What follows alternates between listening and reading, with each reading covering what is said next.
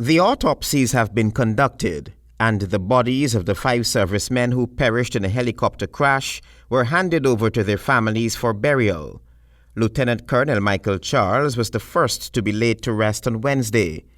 Tearful family, friends, and well-wishers gathered at the Soesdyke Church of the Nazarene to pay their final respects to the fallen veteran Guyana Defence Force pilot.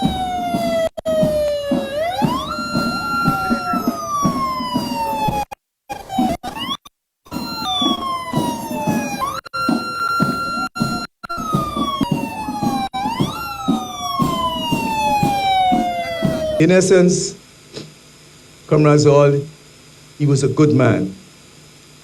A man of valor, a man of substance, and a man of standards. He passed doing what he loved, and he did it with a passion.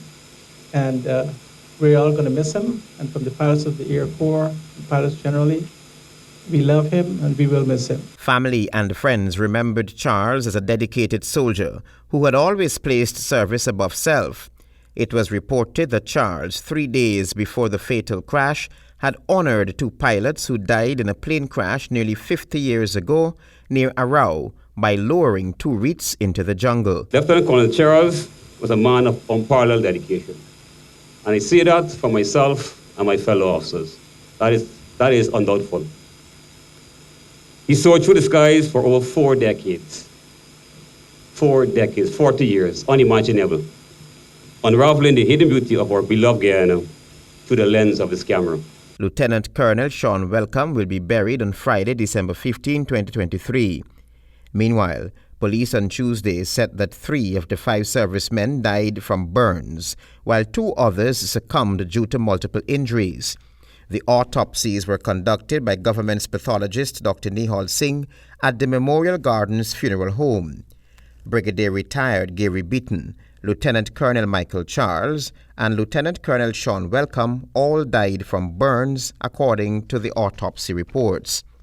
Colonel Michael Shahood and Warrant Officer Jason Khan, posthumously promoted to Warrant Officer Class 2, died from multiple injuries.